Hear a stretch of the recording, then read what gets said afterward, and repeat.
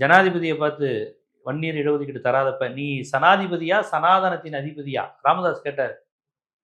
புரட்சிக்காரன் ஒரு படம் வந்துச்சு, திராவிட கழகம் எடுத்த படம். அதுல கடவுள் இல்லடா கடவுள் இல்லடான்னு ஒரு பாட்டு வரும். அந்த பாட்டை பாமகவினர் வந்து மேடையில போடுவாங்க. இப்பெல்லாம் ஐயப்பன் கோயிலுக்கு மாறி மாறி போயிட்டு இருக்காரு அன்புமணி. ஒரு கோயிலை விடாம நேர்த்திக்கடன் செஞ்சுட்டு இருக்காரு. 3% பாப்பான் செய்யற சூழ்ச்சி அப்படின்னு ராமதாஸ் பேசுறாரு. ஆமா, அந்த சூழ்ச்சிக்கு அன்புமணியே பலியாயிட்டாரு.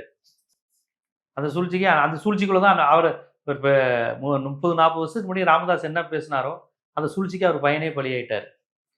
அவன் கோவில் போறதும் பிரார்த்தனை கட்சிக்காரன் உங்க கூட்டணிக்கு பயந்து வராம இருக்கிறான் உடம்பு சரியில்லைன்னு சொல்லிட்டு இவங்க கூட்டு பிரார்த்தனை பண்றாங்க.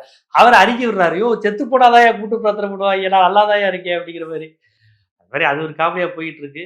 அதனால அந்த இந்து முன்னணி RSS இது வந்து அதிமுகங்கிற ஒரு திராவிட கட்சியை முழுங்கிக்கிட்டு இருக்கு. இது அதிமுக தொண்டர்கள் தான் கவலையுடன் பார்க்கணும். பெரியாரை ஈவேரான்னு சொல்றது அதிமுகங்கிற பேர்ல உட்காந்துக்கிட்டு இதெல்லாம் ரொம்ப வன்மையாக கண்டிக்கத்தக்கது. எம்ஜிஆரும் ஜெயலலிதாவும் எவ்வளவோ திராவிட தன்மைகள் இருக்கு. அந்த அம்மா வந்து சொன்னாங்க சட்டசபையில் நான் ஒரு பாப்பாத்தியெல்லாம் பேசினாங்க. ஆனால் 69% இடஒதுக்கீட்டுக்கு ஒரு பிரச்சனை வந்தப்போ அவங்க பாதுகாத்ததும் அவங்க தான். இப்போ அதிமுகவை முழுக்க ஒரு அமித்ஷா கழகமாகவும் ஆரிய கழகமாகவும் மாற்ற முடியாது.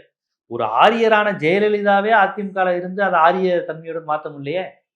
சங்கராச்சாரியாரை அரெஸ்ட் பண்ணாங்கல்ல, அந்த கட்சி ஒரு ஆரிய கட்சி அப்படின்னு நீங்க நினைச்சிருந்தீங்கன்னா சங்கராச்சாரியார் அரெஸ்ட் பண்ணாங்கல்ல. ஆனா சில இடங்கள்ல குறிப்பா வந்து இந்த மதமாட்ட தடை சட்டம் கொண்டு வந்தது, ஆடு மாடு பலியிடக்கூடாதுன்னு சொன்னது, அந்த மாதிரி இடங்கள் எல்லாம் கொஞ்சம் ஆமா, அது எலெக்ஷன் தோல்விக்கு அப்புறம் உடனே சரி செஞ்சுக்கிட்டாங்க.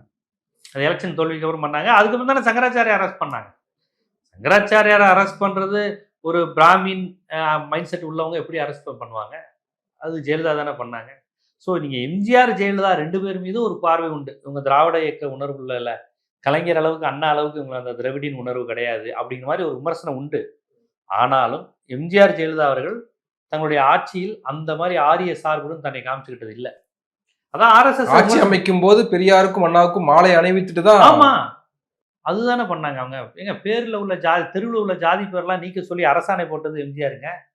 பெரியாருக்கு 100ஆண்டு விழா சிறப்பாக நடத்தினது எம்ஜிஆர். பெரியாருடைய எழுத்து சீர்திருத்தம், இந்த லை அதை கொண்டு வந்தது பெரியார். பெரியாருடைய எழுத்து சீர்திருத்தத்தை கொண்டு வந்தது பெரியார். அவர் எப்படி நீங்க அப்படியே இன்னைக்கு சேலம் மணிகண்டன் பேசுற மாதிரியே எம்ஜிஆர் இருந்தாரு?